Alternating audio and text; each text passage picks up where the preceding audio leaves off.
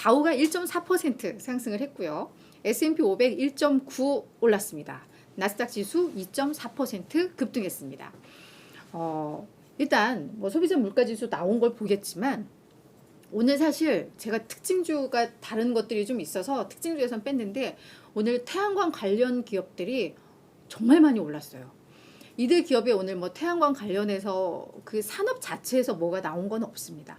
근데 인플레이션 지표가 낮게 나오면서 그동안 태양광주들 발목 잡았던 게 뭐 물론 캘리포니아주에서 뭐 낸 3.0 하면서 그동안에 줬던 혜택들 많이 줄이고 뭐 요것도 큰 이유가 있었죠.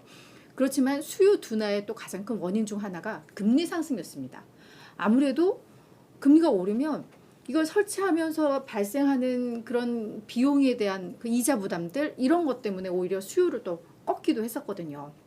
근데 이제 인플레가 완화가 되고 있고 이렇게 되면서 이제 연준에서도 금리를 이제 동결하다가 뭐 내년에는 인하를 하겠죠.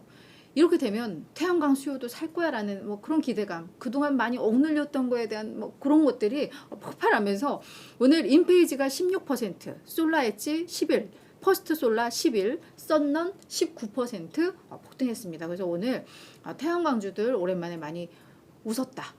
네, 그래서 저도 오늘 그동안 우리 태양광주 때문에 힘들어하셨던 분들이 많기 때문에 그래서 그것 때문에 오늘 기분이 더 좋은 것 같아요. 그래서 오늘 증시 전반적으로 기술주들 뭐 당연히 다 좋았지만 오늘 태양광주들도 오랜만에 웃었다라고 말씀을 드리면서 자, CPI가 대체 얼마나 낮게 나왔길래 좀 보시죠.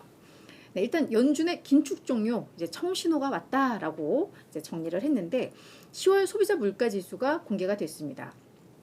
헤드라인 CPI를 먼저 보면은요, 3.2% 전년 대비해서 3.2% 상승한 것으로 나왔습니다.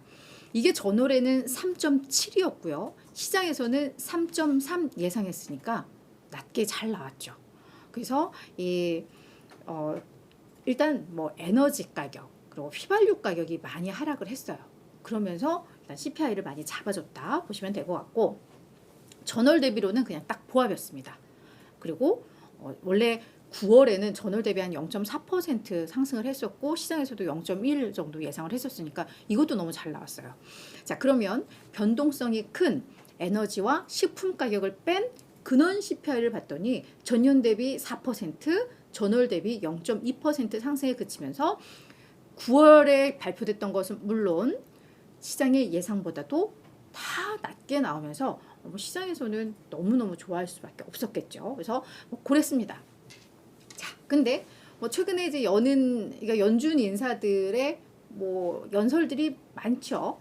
우리 오스틴 굴스비 요 시카고 연은 총재는 뭐라고 했냐면 확실히 느리긴 하지만 분명 인플레이션 이 완화 진전이 보인다라고 이야기를 했습니다. 다만 지금 뭐 시장이 이렇게 막 환호하는 거 보이죠? 이러면 연준에서는 균형감 맞추려고 오히려 이제부터 매파 발언 많이 나올 겁니다. 아니나 다를까?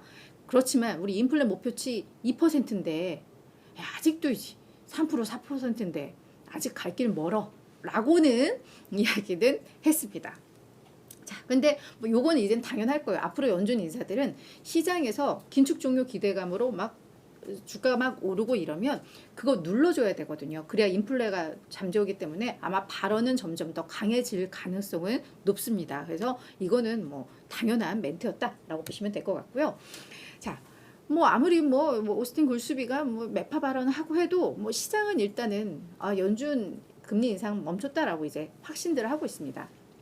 10년물 국채 수익률 4.45%까지 떨어졌어요.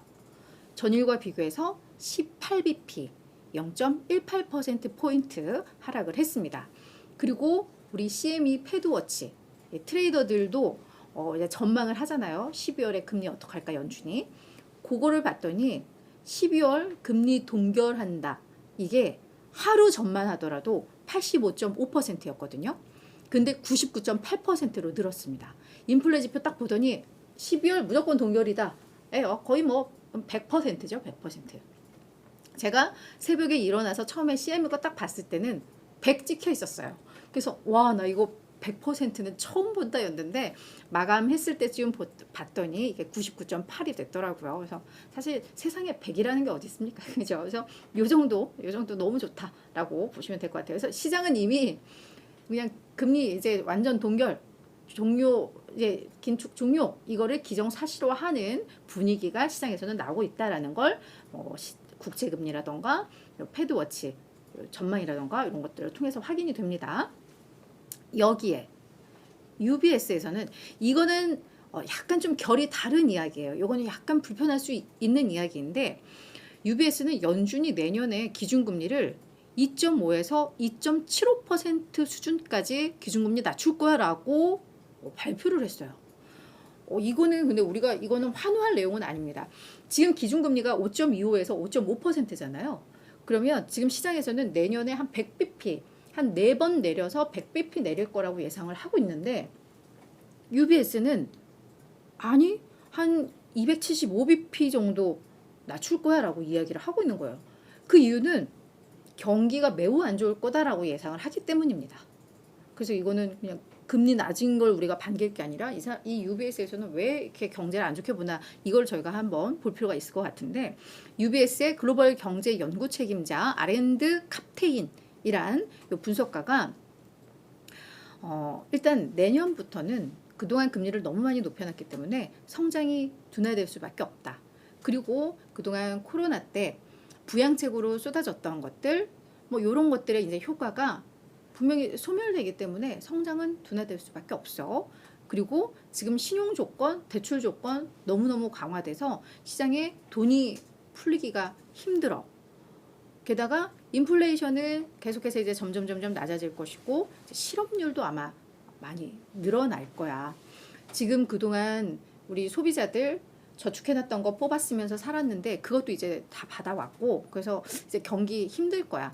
그래서 경기 부양을 위해서 연준은 결국은 금리를 여기까지도 낮출 수도 있어 라고 전망을 했습니다. 근데 지금 경제 전망은 다들 뭐 연착륙 가능성을 높이들 봐요, 대다수가. 근데 한쪽에서는 뭐 이런 의견도 있다더라. 근데 이게 지금까지 뭐 대세로는 아니니까 이런 의견들도 있구나라는 거 그냥 저희가 참고만 하면서 넘어가면 좋을 것 같은데, 이게 외신에서도 꽤 주요 뉴스로 이거를 올려놨더라고요. 그래서 저희도 한번은 볼 필요가 있겠다 해서 이걸 제가 넣을까 말까 고민을 하다가 넣은 뉴스인데 뭐 그냥 참고하면 좋을 것 같습니다. 자, 그럼 우리 정말 자금을 운용을 하는 이 세계적인 펀드 매니저들은 지금 시장을 어떻게 보고 있는지 이거를 좀 볼 필요가 있을 것 같아요. 뱅크 오브 아메리카가 전 세계 약 260명의 펀드 매니저들, 운용 규모가 큰 펀드 매니저를 대상으로, 그리고 기관 투자자들을 대상으로 해서 이제 설문조사를 한 내용입니다. 한 내용인데요. 이게 일단 펀드 매니저들이 13년 내 최대 비중으로 채권을 지금 쓸어 담고 있는 것으로 확인이 됐습니다. 왜냐하면 이 채권을 쓸어 담고 있다는 것은 금리가 이제 정점을 찍었다라고 판단을 하는 거예요. 금리가 점점 내려가면 채권 가격은, 수익률과 가격은 반대잖아요. 그러니까 채권 가격은 올라간다 하기 때문에 이제 채권 올라갈 일이 남았다라고 매니저들은 판단을 하고 있다라는 거죠. 그래서 이게 보시면 채권 비중, 요 위에 이 파란색이 비중을 많이 높인 것들, 요 왼쪽에 빨간색이 비중을 낮춘 것들인데, 제가 그 옆에 네모칸 쳐놓으신 거 보시면 채권 비중 가장 많이 높인 자산 중에 하나입니다. 그리고 그 밑에 이 에코티, 이게 거의 주식인데 주식 비중도 그만큼 많이 늘리고 있습니다.